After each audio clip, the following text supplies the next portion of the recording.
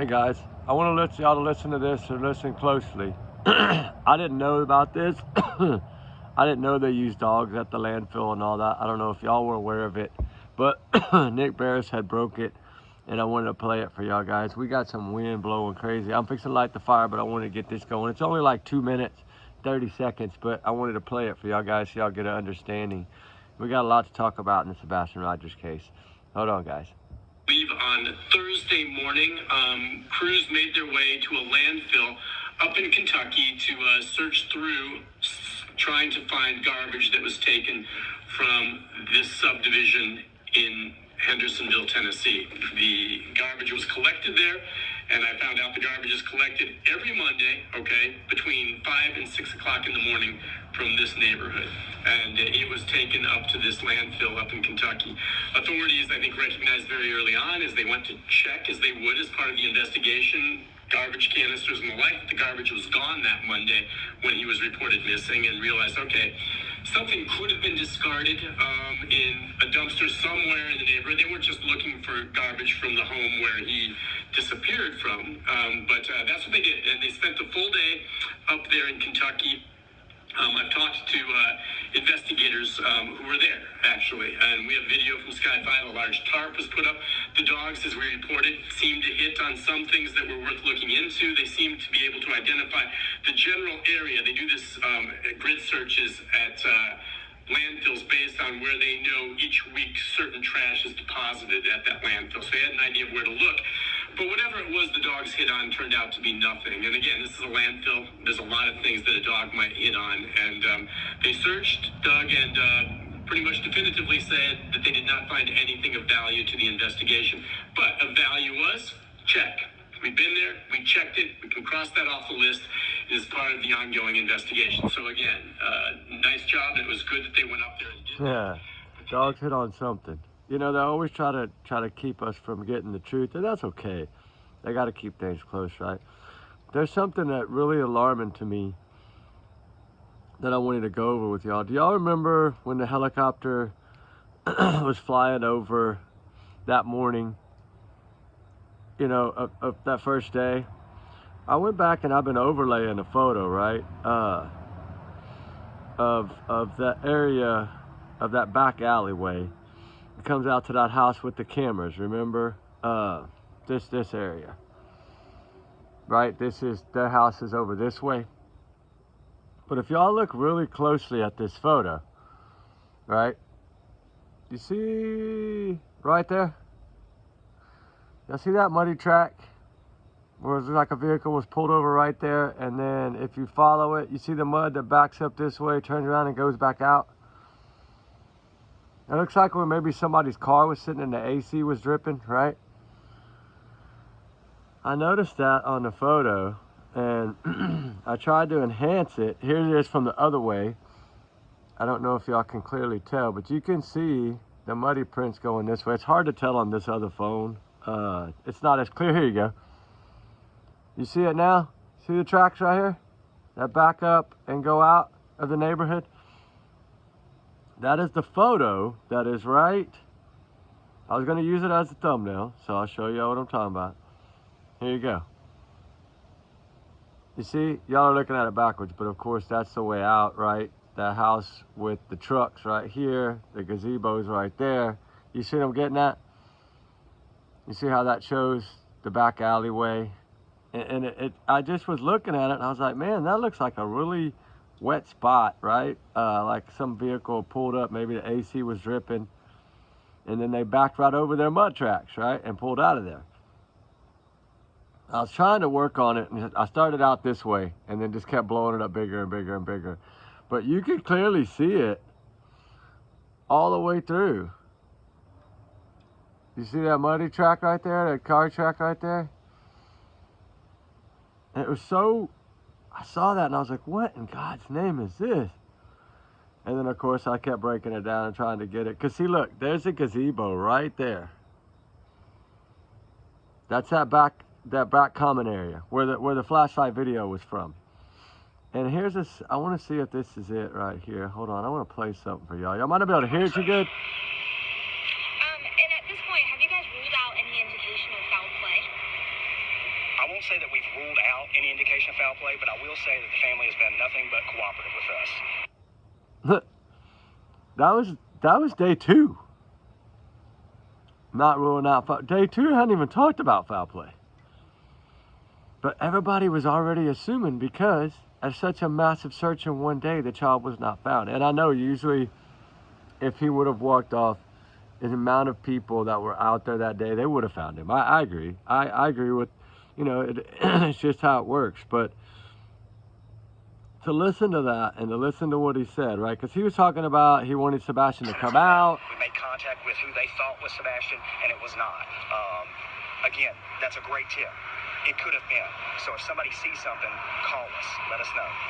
And do you guys know, I know you guys were checking shoes last night to see if he was barefoot. Is that still the case? Is he barefoot? Because I know on Facebook somebody posted a picture of these could be his shoes, or is that so he is presumed to be barefoot at this point? What I can say is that his mom says all of his shoes are accounted for at the house. I'm not going to say that he's barefoot. Ooh. Remember, he said, I'm not going to say he's barefoot. And then when the other guy that's standing next to him, O'Ken, remember, he clearly stated he's not going to say what Sebastian was wearing. This was less than 24 hours. Less than 24 hours. All this was already going on. That's what blew my mind. But that clip about the dogs at the landfill, I never knew dogs hit on anything at the landfill.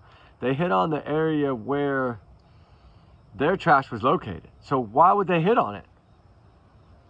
They were after Sebastian's scent, right? That's what they had been smelling. So they hit on something within that landfill. Had to be a strong enough scent of his to even target that area. Dogs do not mess up like that. I know you can say it however you want to, but clearly if you listen to Nick Barris, you remember how I told y'all he told us ahead of time that he had a video? Like, when he gave that statement about that lamp, he already had that video, guys. He clearly told us at the end, I believe. Hold on. Let me see. Where to look, that they did not find anything of that. Went up there and did that. Sightings of Sebastian. In fact, the detectives tracked that down. They're running down all these leads. When we get to the investigation part of this, we know the search has been dialed back. Hold on, I got it here. Let me find it. I'll find it. Finding him alive, but if after this much time, Sebastian did somehow just wander off on his. He says, I got video I'm going to be able to share with y'all. Any other social media out there? That's 100,000 people saw the last Facebook. He clearly told us. I think this is it. Hold on. No sightings, no video from ring cameras or other security videos that many of these homes have. My understanding is they're still going through that.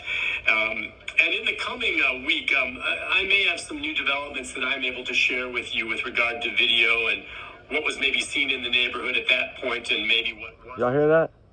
That was the day before. That was the day before. That was right after the landfill search. A couple of days before he released that clip that nobody wanted us to see, right? He already had it.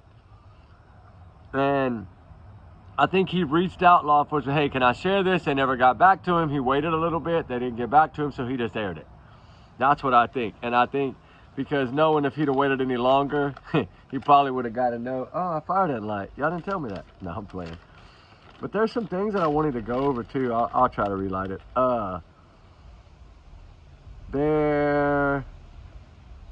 What I really wanted to talk about is, y'all remember in the Maddie Soto case in the beginning,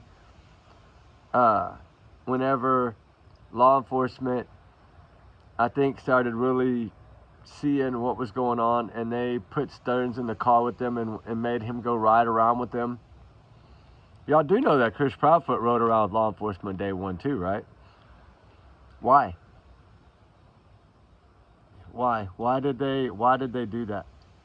I don't know. And another thing that was talked about was the medicine. Somebody had on one of these clips, I think it was Vinnie Politan maybe. We're going to listen to a little of Vinnie too, because he was really mind-boggled in the beginning of all this.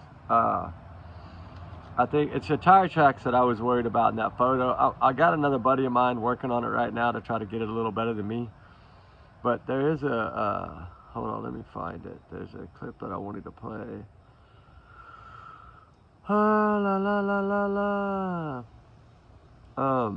Vinny, where is Vinny? I think this is it. Hold on, maybe not. No, this is them talking that first day. This gotta be Vinny. Yep, here it is. We'll listen to a little of this while I get fire going. And I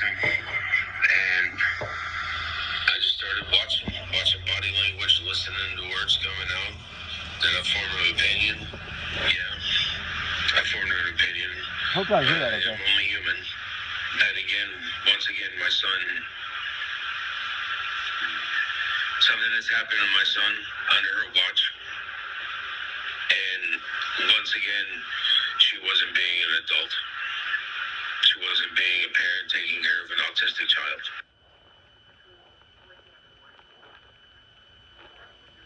That there are problems. It's obvious that there are problems here between Seth and Katie. That's why they got divorced. Oh yeah, you can hear it. Now, they have a child together, a child with autism, and trying to understand these dynamics and how that could impact what happened to Sebastian, why he would suddenly vanish for whatever reason that it could impact. We dove into the divorce documents between Katie and Seth because sometimes you go in there, you can pull out information that may very well shed some more light on this case and Sebastian himself. Take a look on the screen here. In those divorce documents, our son suffers from a rare condition called 6q27 chromosomal deletion syndrome. Among the symptoms he suffers from are incidents of acting out, where he hits and bites himself out of frustration. He's been known to throw himself to the ground during these incidents. So what exactly is this 6q27? How could that impact a child? How could that impact a teenager who's 15 years old? We're going to dig into that right now. Still with me, podcaster Pascal Bobuff, and also joining us tonight in Los Angeles, California, clinical and forensic neuropsychologist, associate professor at Pepperdine University, and author of The New Rules of Attachment, Dr. Judy Ho is with us. Thank you so much, Dr. Judy Ho. Let me ask you this. 6q27, what is that? What does that mean? And how could that impact a child? And then a 15-year-old teenager and someone who's been a child of a divorce? Well, Vinny, 6q27 deletion syndrome is a genetic condition. It's very rare, and it's caused by the deletion of a small piece of chromosome 6. So the deletion can vary in size. We don't know more details. And also what we know about this syndrome is that it's somewhat heterogeneous in presentation. So just depending on how much it's affecting the person, they could display a number of different behavioral difficulties. We saw on that court document that you just showed, Vinny, some of the ones that are specific to Sebastian. But some of the more common ones are some developmental delays in some area of perhaps language or motor skills or even social skills. Sometimes these individuals have a mild intellectual disability and some cognitive issues. Oftentimes they have communication difficulties, social challenges, understanding feelings of another person and being able to interact back and forth. Sometimes they'll have difficulty with impulse control and managing their anger and more negative emotions. And there is some research that suggests there may be an increased risk of autism disorder. So they're not one-to-one, but there may be a slight risk amplified based on this particular deletion syndrome. Now, also in these documents, they describe a specific incident. And again, this is from papers filed by Seth. On August 11th, 2016, I had told him that day that if he cleaned his room, he could go swimming. Oh yeah, I I've asked heard him all this. if his room was clean. Remember, it's when he was talking about, that's when he put his arm out and blocked it or whatever. I think this is the first of it. Hold on. some scent. One dog followed a scent. That's when he had Pastel on there. Let me see if this is a start. The huge shift in the case of Sebastian Rogers, the missing autistic 15-year-old. Hold on. There is an unsolved mystery. It was a Sunday night going into a Monday morning, and 15-year-old Sebastian Rogers was supposed to be inside his home sleeping. His mother, Katie Proudfoot, says he went to bed at 9, but was making some noise around 10, including a thud sound. Katie told him to go to sleep.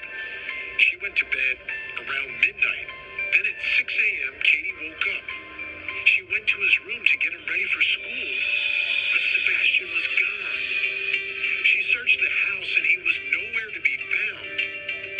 Sebastian's stepfather, Chris Proudfoot, was not home, and Sebastian's father, Seth Rogers, was at work about 45 minutes away. Police responded and began trying to figure out what happened. That was back on February 26th. And now, more than a month later, no sign of Sebastian, no sign of foul play, and no answers about what happened. Tonight, we'll take a look at some of the strange facts surrounding this case, like the lights in the neighborhood at 3 a.m.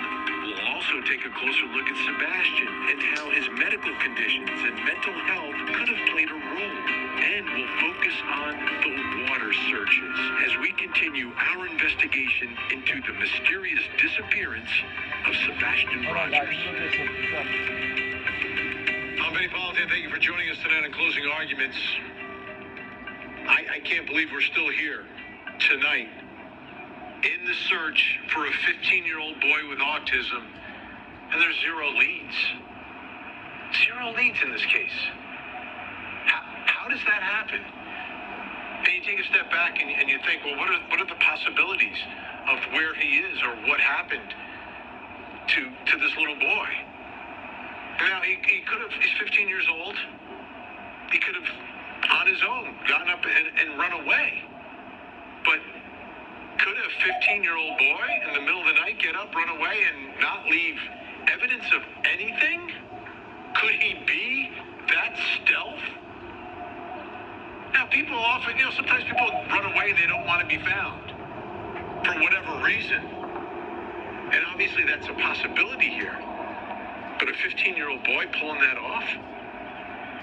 15-year-old boy with autism, so able to just get out of the house, no one's going to find me, go wherever he's going, and somehow hiding and surviving?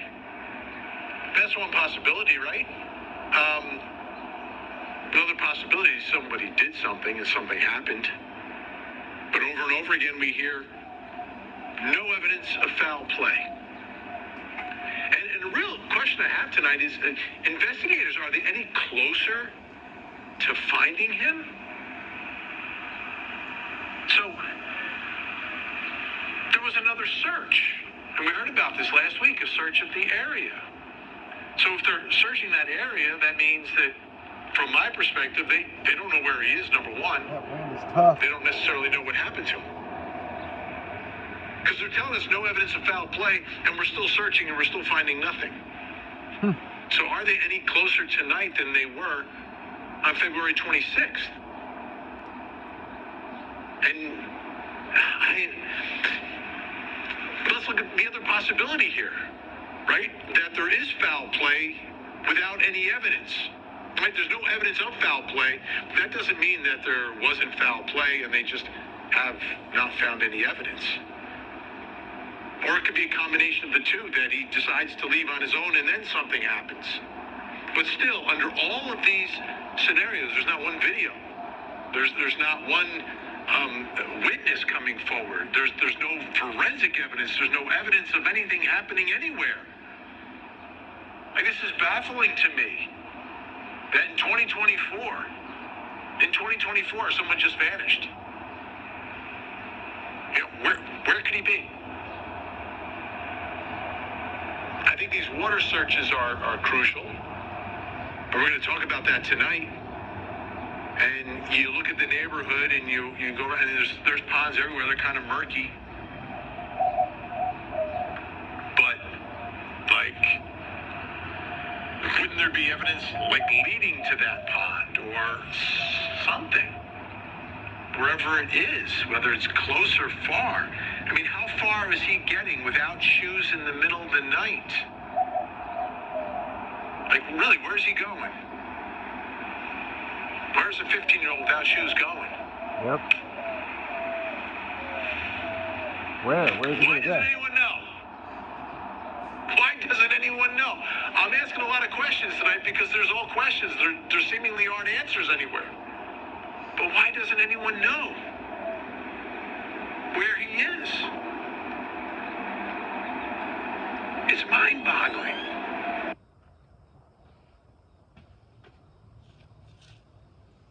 Crazy, ain't it? It's trying to figure out what happened, right? That's what everybody's trying to do. Even Vinny, right? Even Vinny was jumping on it. It got me because Some scent. this is when he talks to Pascal about the One scent. dog followed a scent out into a construction site and then it disappeared. Could you maybe expand on that or explain a little bit more about that? One of the dog handlers told me first day, Wow. Monday, that the dog popped to a trail and they followed it and went all the way around and it ended in a construction site, but it ended. It's like there was nothing there. Right. That's a little odd, right? Leads me to believe that, well, if it ends, normally the scent ends when you stop traveling on foot. From my understanding, that would mean that he got into a car. Let me guess. You're thinking about going to therapy. And as a therapist myself, Well, guys, of sorry course about I'm the going to say that's commercial. a great idea. It popped out on Vinny. That's right. So now you listen to that, and again, they're saying that there's no evidence of foul play, but there's a scent leading to nothing, to absolutely nothing there, Pascal. I mean, you've got to deduce something from that. They haven't really talked about this a lot, but this would seem to be a potential lead or explanation as to what could have happened here if, in fact, he's leaving the house, heading towards that construction site, nothing in the water, but the scent disappears. It's very weird. Exactly. In that interview, Seth talks about footprints going in, or a scent going into this construction site, talks about the pond, but then he came on later in another show, days later, about a week later, says that had been debunked. We've heard it on other platforms as well, saying that law enforcement said that the scent that they are talking about was debunked. But then we're all still hearing from the Proudfoots about this scent leading into the pond. Yet again, like you said earlier, Vinny, that pond was drained. They walked that pond. So why are we still talking about the footprints, the scent leading into those areas? Like I said, something's just not mathing for me. Something just doesn't make any sense. And we're not... Have the Proudfoots come on your show? No. I would love to have them on my show. So we've invited them as well. And I know this is a difficult spot for everyone involved. And they've spoken to the Chronicles of Olivia. We spoke with her. They've spoken with Nancy Grace as well. A lot of people talking about that interview. But it seems that you've got Sebastian's parents are in totally different places, and I get it, they're not together, so obviously they don't see things the same way to begin with. But at this point, you hear a lot from Seth, you hear very little from the Proudfoots. Seth seems to still be on the ground there, involved in coordinating some searches near and around that construction site close to the home, and the Proudfoots seemingly are out of town. Yeah, they're gone. It seems like they're on vacay, to be honest. But I will say this. Just because they are somewhere else in their RV away from that house, away from the search, is not an admission of guilt. But by the court of public opinion, optically, it looks really, really bad. Yeah. I wish that they were here or there, doing whatever they can to find Sebastian, because again, it should be the three of them, boots on the ground, trying to find Sebastian. But this also gives us a little bit, it shines a little bit of a light on the relationship, the dynamics that are going on between the three of them. Something seems like something might be a little bit off between the three of them. Oh, I agree. And later on in the program, we're going to dig through some of the divorce documents, and you can tell that by reading those, you understand people get divorced for a reason and things are bad. But, you know, we had an experience, and maybe it was very unusual with Gabby Petito. Her parents both got remarried, Yeah, and I talk about together, them a lot. that group was a force, and they were all on the same page, looking Absolutely. for Gabby desperately. That's not the case here, and it could have to do with the dynamics of the divorce, everything else. But at the end of the day, there's not a unified approach to the search, to looking, to trying to find what happened here, and that is troubling. From people you've spoken to in all of this, do you get a sense that the Proudfoots were getting some flack, and it could have been potentially dangerous for them to hang around, that people were looking at them the wrong way? And we know sometimes how these stories and cases can take on a life of their own, and you start to feel a little bit of the pressure. Well, I will say this. I mean, I get it that they may be getting death threats. They may be getting some threats of some sort. There may be a lot of pressure where everybody's giving them the hard side eye. I definitely get that. But at the end of the day, the main common goal should be universal. The focus on finding Sebastian. I don't know about you, okay, but as a family man, as someone who cares for my loved ones, if ever someone I loved went missing, I don't care how much ridicule, if I became the town's pariah, I wouldn't care. I'd still show up and do everything I could to find my son, to find my daughter, to find my loved one. Mm-hmm. So optically, again, this is very, very weird. It's counter to what people believe in their gut, and it's counter to what I've seen from other parents in the past. You know, in all the stories, and unfortunately you've seen this before, where a child goes missing and you wonder how everyone reacts and acts in the aftermath. If the child is still missing and hasn't been found, why would you ever stop looking? How could you ever stop looking? Where are you looking? And that's not happening here, and that's troubling for a lot of folks. But at the end of the day, there's a child still missing, and the child needs to be found. The child could be in danger. Like, no one knows. If you're the ones in the home, that he disappeared from, you know more than anyone about what could have happened here. And we're not necessarily seeing that. Go ahead. If it's okay, one thing that I've realized about the Petito Schmidt family, regardless of their differences, they became a united front. They came together for the common goal of trying to find Gabby Petito and get justice for Gabby. We're not seeing this here. And what breaks my heart is that it should be a unified front. They all should be banding together, putting aside their differences and looking at the common goal, getting Sebastian home. Absolutely. Pascal's going to stay with us. When we come back, we're going to take a closer look at Sebastian.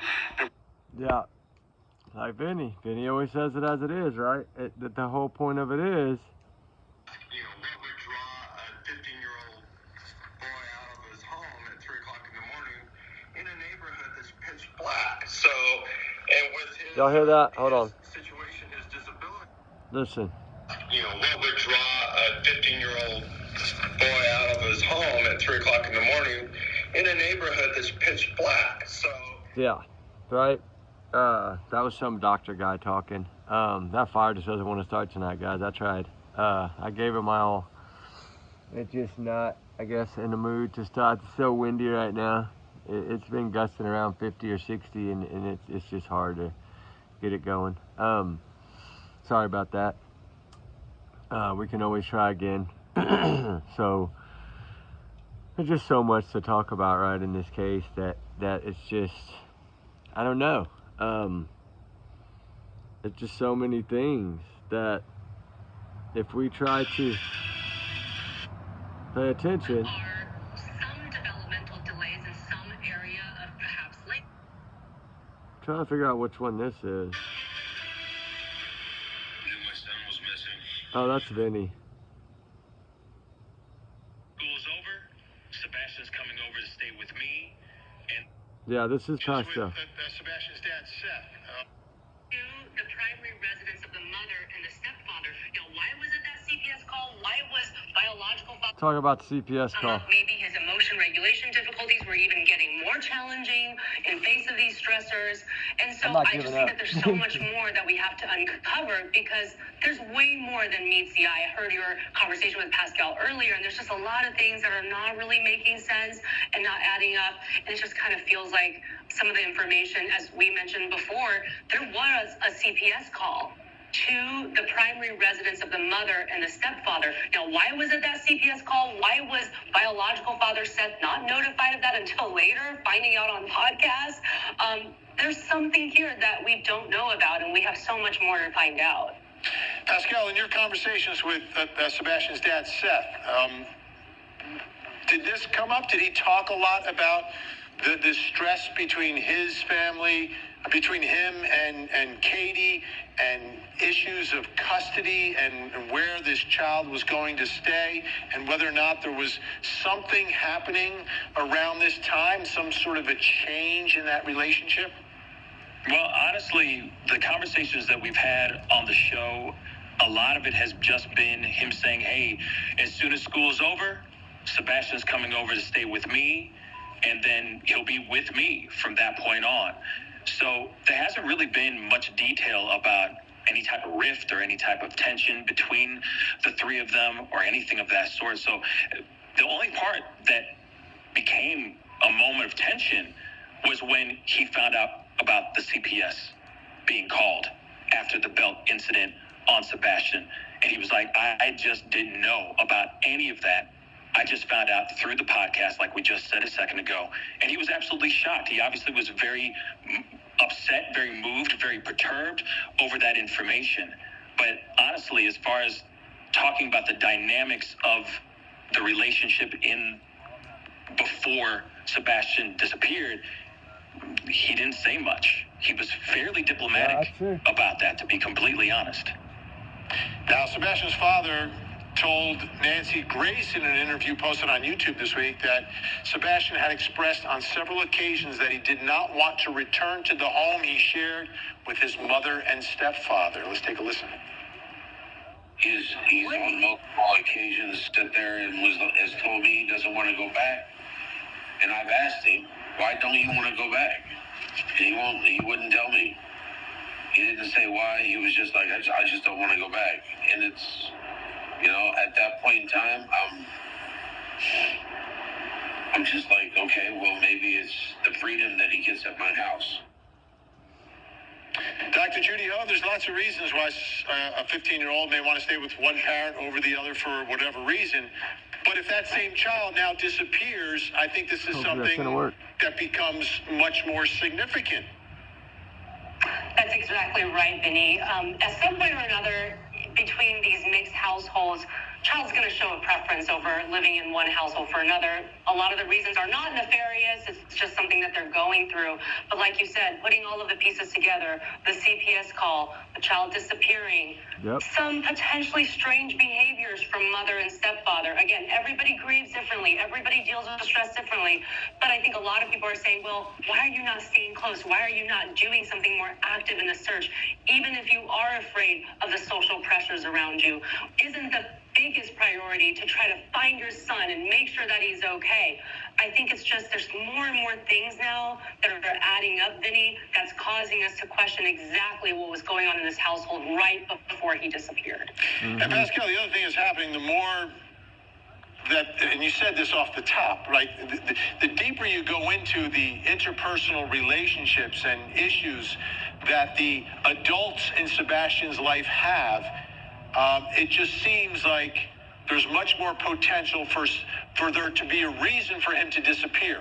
Whether he disappears voluntarily or whether something happened that made him disappear, it just seems that there's conflict and there are things happening in the lives of these three adults that somehow impacted this child, because he did not just vanish for no reason. Absolutely. Obviously, as you can see, there's a lot going on, as you just said. There's a lot going on inside this family, this blended family, if you will. And there could be many possibilities of him running off because he couldn't stand bouncing back and forth like a tennis ball from one household to the other. There is a possibility of him liking staying with his father more than staying with the Proudfoots. That's a possibility as well. But I guess those are all questions that are still up in the air that I think we're all pleading for an answer on. Yeah, it's the old news cliche, more questions than answers. But it continues. And all the questions really come down to one question, like, where is Sebastian? Pascal Boboff, make sure you check him out on YouTube after. Yep, that's the question, right? Where is Sebastian? That's what everybody wants to know. There's so much. I think this was day 5. Breaking news alert.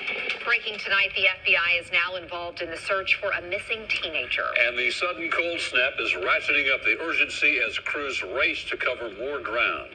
Search crews 200 people strong have spent 3 days scouring the area around 15-year-old Sebastian Rogers' home to no avail. With an active Amber Alert now in effect, the clock is ticking. This is Maya Owens, joins us live tonight from Hendersonville. Maya, what's the latest? Well, Bob Haley, tonight the tone has been centered around prayer. Right now, we're outside of the command post for this search. But across Sumner County, there has been an outpouring of support for Sebastian and his family as the days continue to go by and he is still not found. Many people simply... Uh-oh, hold on. ...hoping that answers will come soon. We humble ourselves and we beg. That was a prayer vigil on day 3 at the church. I didn't even know they did that. I knew they did the neighborhood one that Thursday, but I didn't know they did one at the church. But there's so many things in this case that just really is mind-boggling. You know, now I'm trying to figure out, honestly, what reason. You know, I go back and I look at the Madeline Soto case and I think about, you know, Stephen Stearns talking about how he had a ride with the cops, right, that day.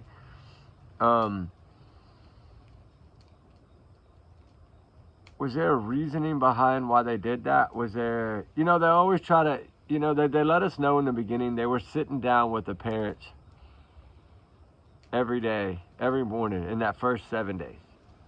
I guess they were trying to see if inconsistency. I think that's why everything changed so suddenly, is because every day it was probably a different story. Wow, we finally got that fire going. I knew it was going to be a good one. It's just a matter of getting it going. That wind is just bad. It probably won't last long, but the wind is blasting. It's just so many unanswered questions. But really, what if we look at the overall possibilities? What is the possibilities? I mean, honestly, if we go by facts, like we said, if we go by facts, what are the possibilities? The facts tell us that if he'd have walked out that front door, he would have been seen on camera and the grainy footage, right? If he'd have went out a window, he'd have been seen on camera. If he'd have walked across that front yard, he'd have been seen on camera. So do we rule out the possibility that he left on his own? I would pretty much say at this point, we have to. But I know that's just me. I know that's Vinny. I know that's a lot of people that feel that way. Law enforcement, one of them, right? They clearly told us in the beginning that there's no evidence that he ran away. Just like Summer Wells' case, right? There's no evidence that she was abducted. Not saying that there's not a slight chance that it didn't happen. At least in the Summer Wells case, they had a scent that took to the road. This case, zero. But yet, the dogs hit on their trash at the landfill. And to me, I never knew that they had, you know, I never knew they had dogs out there that had hit on anything. And of course, when you go by what they've told us before, right? They told us the dogs, it was all false scents. They let us know that it was just false scents, right? And then in this case, they never let us know anything about the dogs. We learned that from Nick Barris. Why? They said that, you know, they were disappointed in the outcome of the search of the landfill. They did tell us that. And that was only day 7. So what led them to say that at day 7? I feel that they felt that with him going missing, reported missing probably around 30 to 45 minutes after the trash truck had ran, or give or take, say an hour, because I think it was 5:09, 5:10. So we'll just say an hour and roughly 20 minutes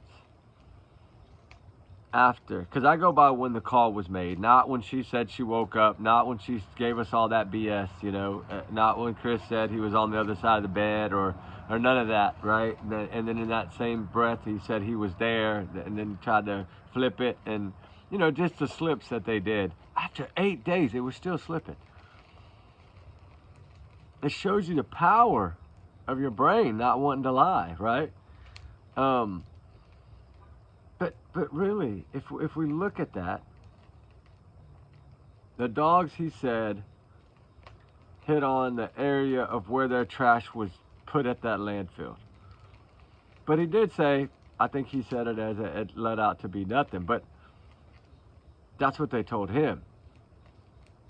Right? But like Nick Barris said, if his wife was to have gone missing, he would be the suspect, right? That's just how it works. The last person to see them is usually the suspect.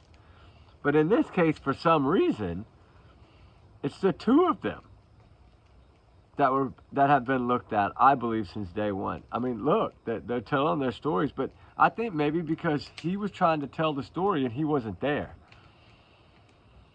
And I think either one, they realized that he was either that controlling of an individual that he knew everything that went on even when he wasn't there, or he knew more, right? The Wi-Fi of the truck and the things that have come out later, right? This all took a year to come out, which I think is, and it wasn't leaked by law enforcement.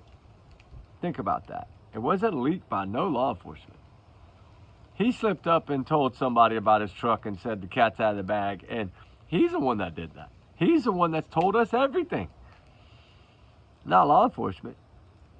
But you know, the one thing, to me, the one most important piece of this whole entire investigation, he won't talk about. That's the flashlight video. That's that video that I was just showing y'all on that photo. And I'm trying to get this enhanced. I have emailed it over. Cause see, it's little things like this, and I know the more I overlay it, the harder it is to see, but y'all can clearly see it right there. And that's right there on the other side of that gazebo. I mean, at the side of that gazebo. That gazebo is like right there. Those two light sources that we saw are right over there. So that house that picked up the cameras is right there. So this is all right there in that area. And this is the way that car would have left. And to me, that clearly looks like a tire truck.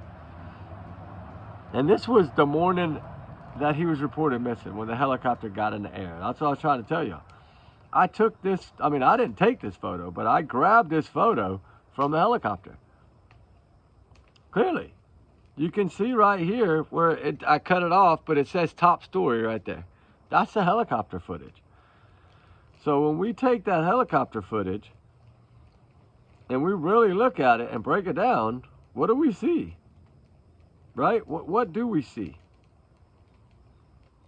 Right? This is it. It's so hard to see when just the helicopter's flying over. That's why I say sometimes you have to blow things up, because it's right there. What I'm talking about is right over there. And you can't see it until you start enhancing it, see? And then once you get it over here, see how it is if you don't overlay it? You can barely even tell by just looking at the photo itself. But then when you take that photo, and you take, of course, there's that street sign and all that, right? And then you take it over here and you blow it up like this, you clearly see it right there. And you can follow, let me see if I can shrink it down. I mean, with the overlay, it's going to be hard to shrink it down, but you can clearly see the mud track. You see it? Like somebody backed up and took off, right? Took off out of that road. They went out this way, you know, right here. And I'm sorry, but that looks like a tire track, and it's a fresh tire track. You can see it right on top of the dirt. But I got a buddy of mine that's really good at doing this. I need to send it to the mob crew. Hey, maybe somebody let him know after this video post to go back and take a look at this. Because when you look at it this way, you see the house, right? With the camera, you see the mud track really clearly right there. You clearly see it. I know I'm stressing it, but man, that is like a big important, look, there's a gazebo. Okay, yeah, you know what, I got a better idea. I have the other photos. Hold on, let me go back over here. The ones that we took from that area, I have in here, I think. Hold on. Yep, right here. There's that gazebo right there. Where I'm standing right here is where that vehicle was. That tire track that I'm talking about. I forgot I had these photos. Because this was that new area of the construction site. When I was down there, they were still building in that construction site. But clearly, if you look at that, you can see that that's, I mean, it's the same photo. Clearly, it's the same photo. It's just the one that they have is from the helicopter. The one I have is from standing on the ground at that gazebo there. Which gives us an idea and a straight shot of, hey, here's another one I took aerial right there. There's a gazebo. So that area that we're talking about right now is right there. And that's concerning to me because that's before, like that's that morning of the 26th. And then they were flying again the next day. Wow, we got a nice fire. So clearly, you know, we know it wasn't, it's not like a motorcycle track or anything. That looks like a truck track to me. You see how, like, it's something of a heavier vehicle because it was pushed. The weight pushes that mud out like that. But it looked like somebody had stopped right there and then backed up and drove straight out. That's exactly, I can see the marks on the road. Now, they would have all gotten, as all those vehicles started coming in, those marks, that dirt would have been basically just run over so many times that it would have been gone. But clearly it looks like it could be a truck mark from that truck right there, right? But then again, I don't know, it's just my opinion. But it's clearly, it did really get me because when you do it this way, like from the helicopter view, you can barely see it. And then when I just kept zooming in, because I was like trying to figure out, okay, that they're telling us that's the alleyway. Because I was trying to locate the gazebo, which is right on the other side of that house there. And I was like, man, it was almost blocked by the helicopter from being able to see that gazebo. You know, and that ditch, right? There's that ditch right there that runs to the back of their backyard, which is right over here. Right, if you shrink it down, you see, you know, their backyard, it goes all the way straight. That's that common area. But I always thought that maybe that common area, I always thought that maybe they had cut across here, but it looks to me now like they had come out right there at that corner of that road, that vehicle at 3 in the morning. That's what we're talking about, it's the vehicle at 3 in the morning. And like I said, another thing that really got me was, and at this point, point, have you guys ruled out any indication of foul play? I won't say that we've ruled out any indication of foul play, but I will say that the family has been nothing but cooperative with us. You know, and just the way he almost said something before he said that. And I can't tell what he was fixing to say. What? And at this point, have you guys ruled out any indication of foul play? I won't say that we've ruled out any indication of foul play, but I will say that the family has been nothing but cooperative with us. And so it looked like he was going to say something different, and then he didn't say it. And so it was kind of like, what the heck? I'm safe this family. I'm going to do it. And what are some of those considerations that go into looking for a child with autism? Some of the things that he likes, what he's familiar with. We know that Sebastian likes cats. We were told that his favorite song was Eye of the Tiger. We tried playing that to just kind of call him and let him know we're here to help him. I'm sure that he could see what's going on here and be intimidated, but if he sees this newscast, I want him to know, Sebastian, come out. We're here to help you. We just want to get you home safe. That's pretty interesting, right? And like this was just a couple of days in, right? The next day, some of these. And, you know, where did he go, right? If you look at it technically, if this kid would have walked off on his own, to the 3 people I spoke to in Hendersonville, not neighbors, just 3 people I spoke to, told me that if he would have walked out of his home and took off in there barefooted, right? Doing statistics, you know, and understanding, yes, he had autism, so sometimes he might try to run. Well, if he'd have started running, he'd have definitely been seen on camera. But according to these sources, which one of them is the same source that Nick Barris has, actually, explained to me that if this child would have walked out on his own, 9.99999%, he would have been found within the first 3 hours if he would have been on foot barefooted. Because to me, if they would have really believed that he walked out of that house on his own. Now, if they'd have picked up a dog scent right away in that yard or by that trash can, that if he took out the trash, if they would have picked that up right away, it would have been a whole different story. They would have probably never brought up foul play. They would have probably never changed what they were doing. They probably would have kept that ground search going for a week or 2 weeks, 3 weeks. There's no telling. But to me, one thing that bugged me was them saying, and if you look at really any case, when a child usually walks out on their own, barefoot, and something of that nature, they're found how close? Within a mile, right? Okay, Joshua McCoy. Supposedly he walked out on his own, right, while the mama was sleeping, barefoot. He was less than a mile. Right? Less than 1 mile. Yeah, I'm just using that as, you know what I'm saying? He was an autistic boy. Less than a mile. Barefoot.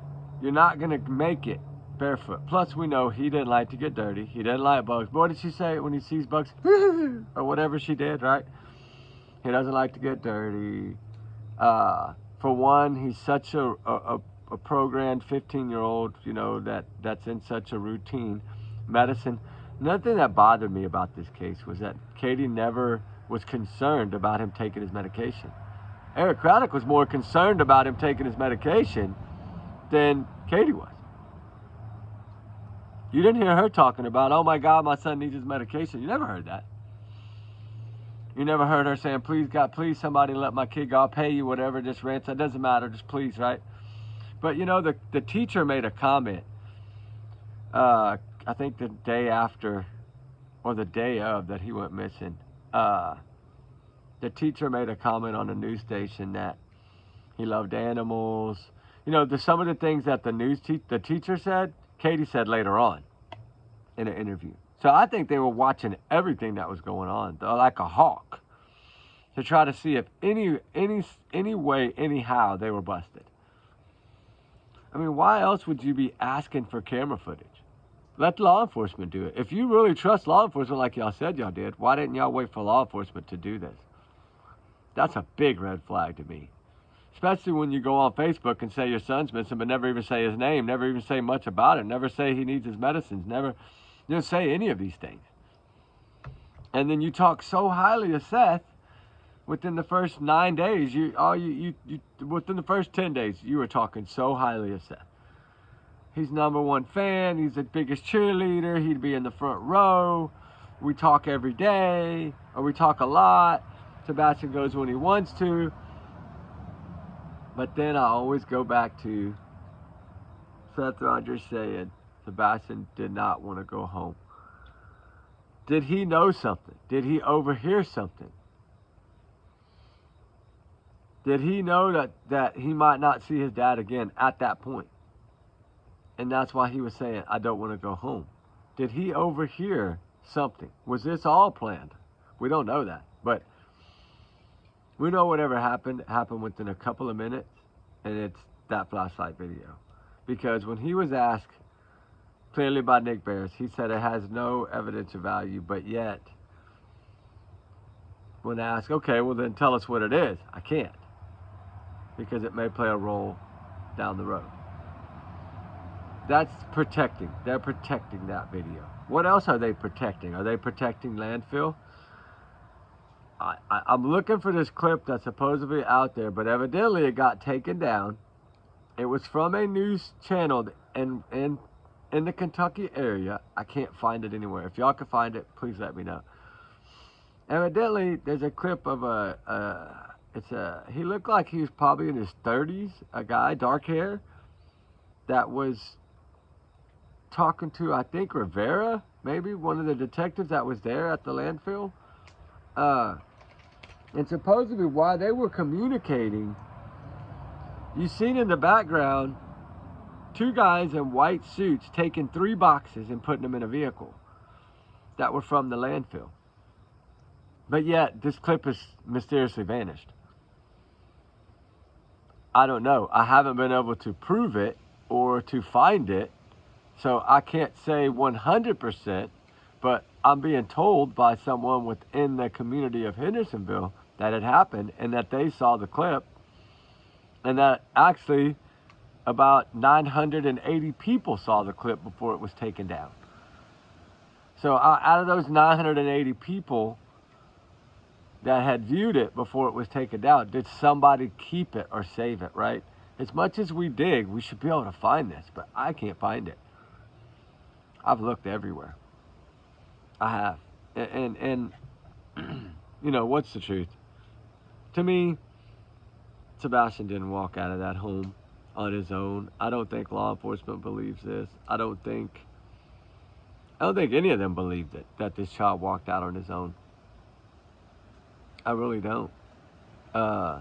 They're clearly not telling us. But now I'm going back and looking at a lot of the footage from the helicopter footage to see if I can see anything else that went on that particular morning. Was there any kind of other vehicle spotted within that highway or in that area? Because supposedly the helicopter stayed in the air for 45, 55 minutes that morning and then was pretty much in the air all day. What I'm trying to do, I've reached out to them, is because they kept flying that neighborhood pretty much the first couple of days. Remember, they kept saying the helicopters in the air around that neighborhood? Okay, we know that they were flying the majority of that first day. I would like to see when Chris's Proudfoot's truck came into that neighborhood. That's what I've reached out to the news.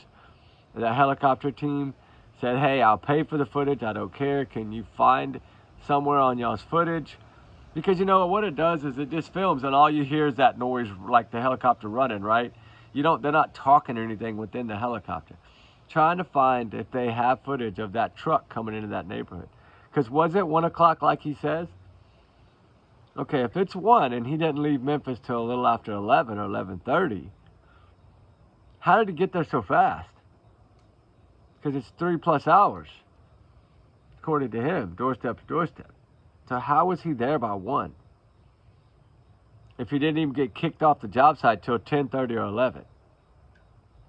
And why did they go straight to that campsite? Why did they go straight to his place of employment? If they would have believed him in his thing, right? And if they would have had all the phone records to show that he was there, why did they need to go talk to his boss, ask the other people on his job site, go to the campsite and pull the camera footage? Why did they need to do all this? And why did his own private investigator say if he would not have been there, he would be arrested? Why is that? Why is his own private investigator saying that? And why is his own private investigator trying to say he's sure that he was there, but then when asked again by Lower Lodge, did law enforcement confirm? He says no. It shows us that they're not dealing with law enforcement. Why? Because they're trying to prove something to law enforcement, that this child walked out of that home on his own. Why are they having to try to prove this? Katie's told us since that first interview, we haven't found any footage to prove where he is or where he's gone. Why do you need to prove? You shouldn't need to prove anything. If this kid walked out of your home and you know he did, which I still don't know how you know this, but if you know he left between midnight and 6 a.m. when you were sleeping, for one, how did you know he left on his own? Why is Eric Craddock telling us in that clip, I am not going to say Sebastian did not have shoes on? He said I can say the mother accounted for his shoes, but I'm not going to say he didn't have shoes on. Why did the man standing right next to him say, I'm not going to say what Sebastian was wearing? If y'all were totally believing this mama and stepdaddy in the first 48 hours, if you were to believe them, you wouldn't be saying the things the way you said it. You wouldn't be raising eyebrows. You wouldn't be sitting there telling a news person when asked within the first 24 hours at the command center if you've ruled out foul play. You wouldn't sit there and say, well, we haven't ruled that out, when the second Amber Alert update hadn't even been put out yet, till 3 something that day. Then it was changed. So what did they find in that first? I want to know what they found in the first 48 hours. That's what's going to be the most crucial. You know, they always say the first 48 hours are most important. What did they find to flip and twist and change this case so much in 48 hours? To go from that morning putting all those people on the ground with the assumption that this kid walked away. That massive search they did clearly shows they believed this mom at first. But then the tide shifted. What shifted the tide? Right? And what did Nick Bear say? He doesn't understand how there's no evidence. Just like Vinny said, how is there zero evidence? There is an unsolved mystery. How do we know this? Sumner County cars. Oh, is this it? Some scent. No, that's Vinny. I think it's this one. So then you turn your attention to what I believe, they call it an investigation, I call it a criminal investigation, the belief that someone somehow was involved in his disappearance. You know, if you go on social media, there is an awful lot of theories and rumors being bandied about, okay? Some of them plausible, some of them not so plausible. All theories, rumors. I know a lot of them are looking as normally you would say, okay, who's the one closest to this individual? He or she may be a suspect. So a lot of people, I think, taking what I believe are unfair shots at the stepfather and mother, okay? Clearly, whenever someone disappears without explanation, those closest to them become persons of interest. And that's fair. Are the stepfather and stepmother persons of interest? Sorry, Brother, Spider. mother and stepfather? Absolutely. Law enforcement knows that. And have they vetted and checked everything that they've been told by the parents? My understanding is yes, they have. They have sought to confirm that. They have looked into it. They've checked a lot of the questions about was, the stepfather here? Was he in Memphis? My understanding is he was in Memphis for quite some time. He was not here. They've checked out what the mother has told them about how, Sebastian went to bed that night. Everything appears to check out on that front. They have vetted these individuals. closely. They have interviewed them, I know, more than once, separately, comparing notes, looking for inconsistencies. And so what I can tell you is that the stepfather has claimed publicly that he and his wife have been cleared by any wrongdoing of authorities. Now, I don't know what, he's been told privately. That may very well be the case. But I want to hear that from the TBI or the sheriff's office publicly before I'll say, oh, okay, that's the case. I find that hard to believe that anyone has completely been cleared. That being said, okay, what I know of, and this is from talking to two separate sources that are actually involved in this investigation, okay? I have some other sources that are familiar and have been kind of on the periphery, but involved with this. And I've been told that, one, the parents continue to be fully cooperative. And two, at this time, there is no evidence pointing to their involvement in Sebastian's disappearance. You'll notice I said to this point. Could things change? Perhaps. But it's not fair to call them out. Yeah, you can say, have you checked this yet? Trust me, the things that you'll bring up here that I'll look, that you're saying, have they looked at this? Have they looked at this? Yes, authorities have. Okay? Yeah, you hear what he's saying there, right? And then if you go back and listen to... No sightings, no video from ring cameras or other security videos that many of these homes have. My understanding is they're still going through that. And in the coming week, I may have some new developments that I'm able to share with you with regard to video and what was maybe seen in the neighborhood at that point and maybe what wasn't. But remember, that's the one that before he released the footage of the light video, that he was letting us know pretty much that he was fixing to drop it, right? He was giving us a heads up to let us know that this was coming. Sebastian Rogers, but with few updates from authorities in recent weeks, some have wondered, is enough being done? We're doing everything we can do. Every time a tip comes in, we follow up on it. Eric Craddock is chief deputy with the Sumner County Sheriff's Office and heads up the investigation. He sat down for an exclusive one-on-one to talk about what they do when there are few new leads. I think in the absence of information, what we'll continue to do is go back over everything we've already done once, put a fresh set of eyes on it. To that end, Craddock says searchers recently found a pair of glasses, which they are checking to see if they belong to Sebastian. Which we know didn't happen, right? They weren't his glasses. Supposedly, they were not his glasses, according to sources, right? I understand that the video... That's Nancy Grace saying that Chris Prophet told her the video had no meaning, remember? And then we get Nick Barris that drops a video and says that somebody was outside the home. That's what always bothered me, was that he says certain things 1 minute and then the very next day or two says something totally different.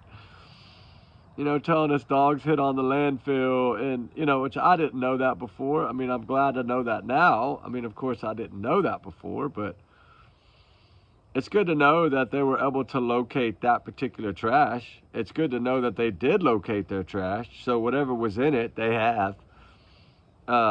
They might not say it. They might say it's no evidence, but then again, it could be down the road, right?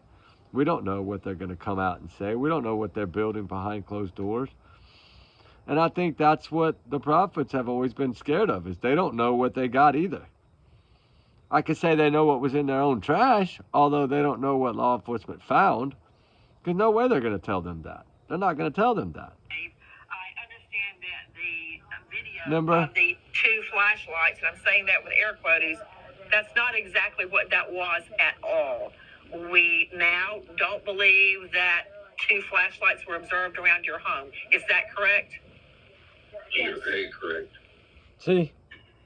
That's what he told Nancy Grace. And then she finds out, of course, that he's lying. And then it all changes. But, the whole thing is... And so it could play a role down the road depending on developments? We don't know what we don't know. So yes, it could play a role. So many are, of course, closely... Remember, the video could play a role.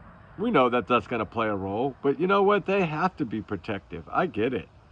But you can't protect something that's already been partially released.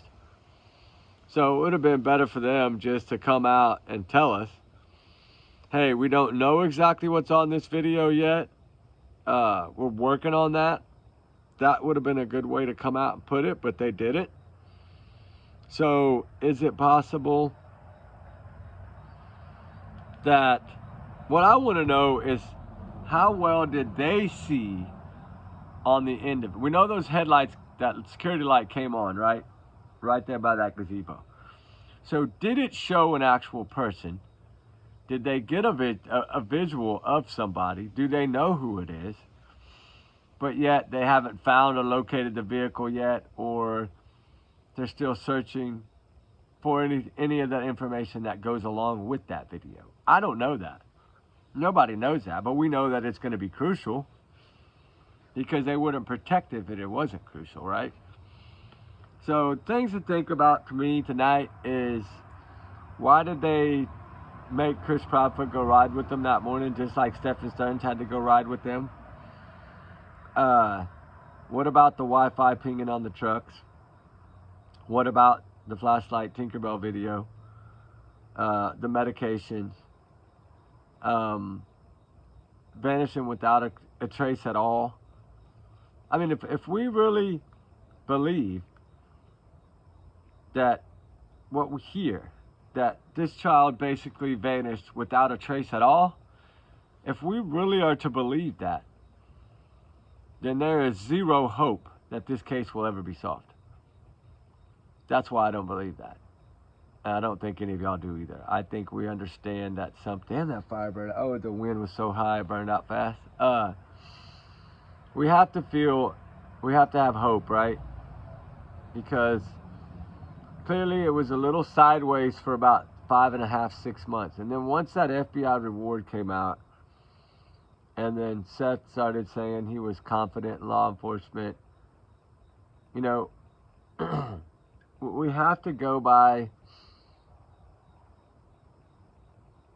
what's out there. That's all we can go by, right? So we need to work on more things from day one. You know, try to find as much as we can find from day 1, day 2, day 3. You know, I have so many clips, guys, that I was going to play tonight. We just don't have the time. I'm tired. But I have, look, all those clips right there are all from the beginning days. All the news conferences. As we reach day 7. Welcome to News 2 at 5. I'm Kinley Hargett. National Guard troops are on the ground right now to help find him. News 2's Sticky McGee is live from Sumner County. I can go through so many of them. There are more than 200 searchers currently looking for Sebastian Rogers. I mean, these are all the clips. I've gone through and found every single clip that was put out by News 8, News 5, Nick Barris, anyone that was at that command center. I have found every single clip other than one clip, the one where evidently 3 boxes were taken out of the landfill. And you didn't see anything that was in the boxes. You just saw them carrying them to a van, but while the news guy was talking to someone else, you saw them go behind him. And that's the clip that I'm trying to find.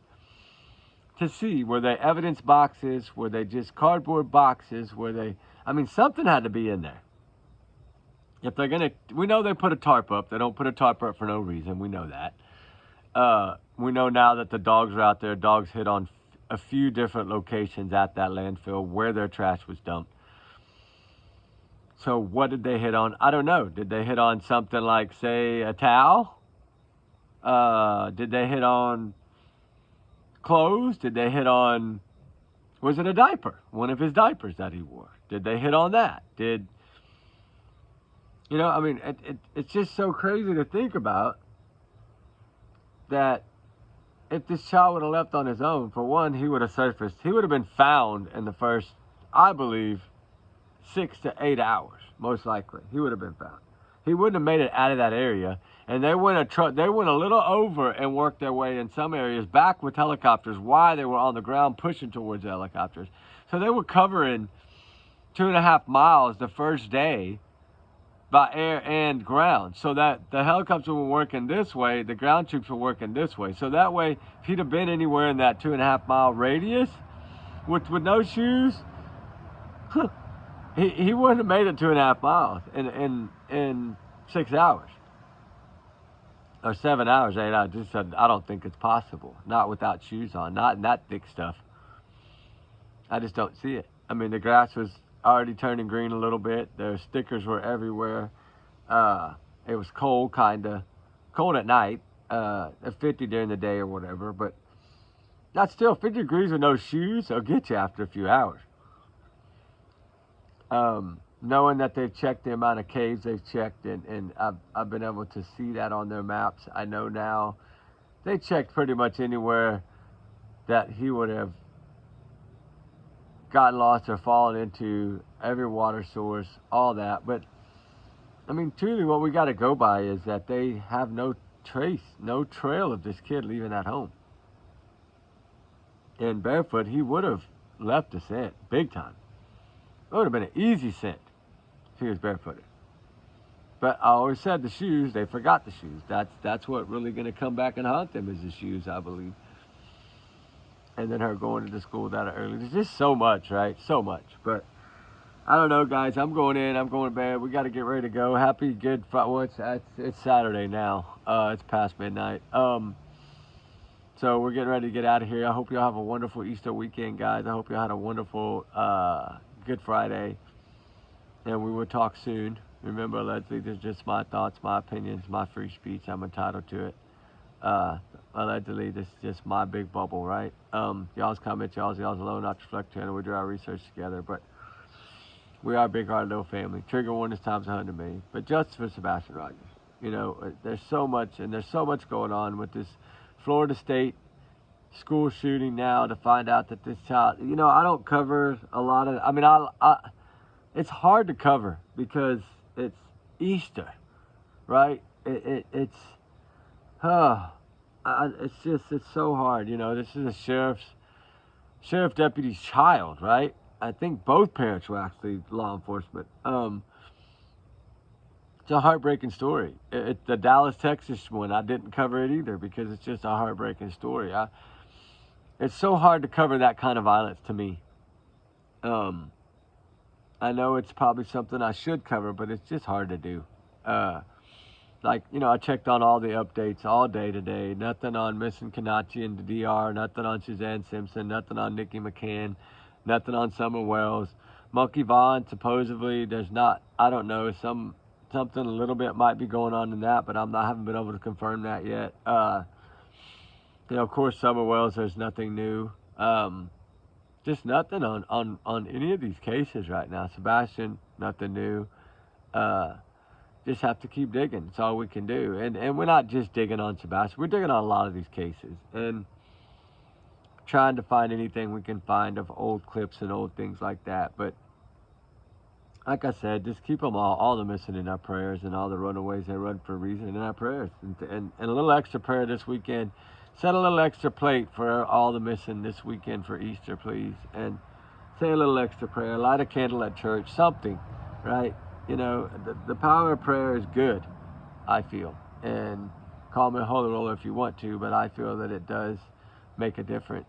So to me, while we have our Easter weekend, you know, let's just think a little more and pray a little harder for these missing children and these runaway children. So y'all guys have a wonderful night. We'll talk soon. We love y'all guys. All right, y'all be safe. Have a happy Easter. All right, guys, be good. Bye.